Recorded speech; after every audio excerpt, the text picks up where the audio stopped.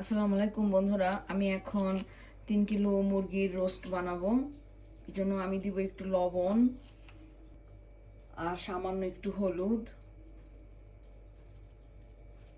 আমি এখন এটাকে সুন্দর করে মাখাবো।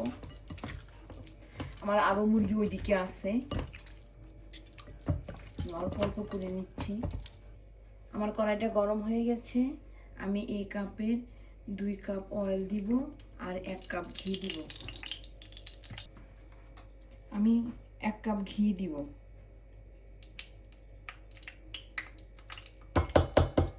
আমার অয়েলটা গরম হয়ে গেছে, এখন আমি রোস্টগুলা দিয়ে দিব।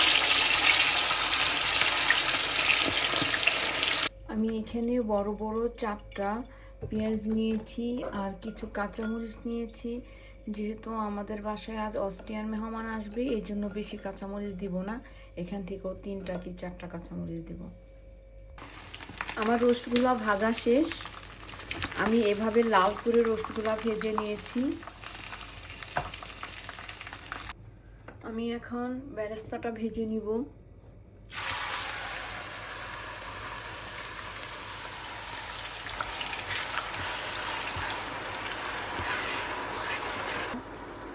আপনারা রোস্ট ভাজার তেলটা দিয়ে রোস্টটা রান্না করবেন, দেখবেন এটা অনেক মজা হয়। আমার বেরেস্তাটা হয়ে গেছে, আমি একটু তুলে নিব।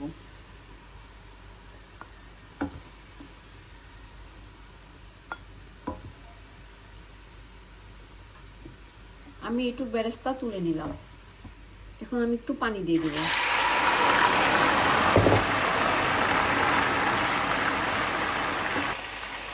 আমি এই চামচের 1 চামচ আদা রসুন দিব।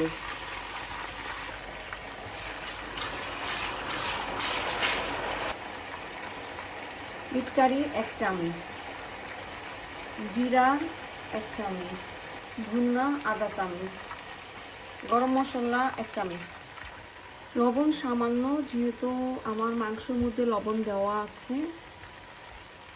1 চামচ চিনি, 4টা কাঁচামরিচ। এখানে 250 গ্রাম ইয়োগurt আছে, আমি এখান থেকে অর্ধেকটা ইয়োগurt দিয়ে দিব। জিরা 1 চামচ, গরম মশলা, জায়ত্রী জায়ফল। আমাদের বাসার মেহমানগুলো অস্ট্রিয়ান, এই জন্য অন্য কোনো মশলা দিব না, আর বাদামটাও আমি দিব না। আমি জানি না ওদের অ্যালার্জি আছে কি নাই, এই জন্য আমি অনেক মশলা ছাড়াই রান্না করব, কারণ ওরা এত মশলা পছন্দ করে না। আমি এগুলি এখন ব্লেন্ডার করব। ব্লেন্ডার করার মশলা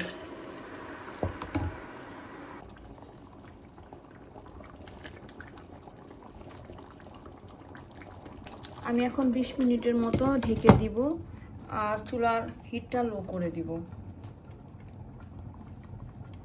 আমার রোস্টটা হয়ে গেছে বন্ধুরা, খুব সুন্দর মিষ্টি একটা গন্ধ বের হয়েছে। এভাবে করবেন, আশা করি আপনাদের ভালো লাগবে।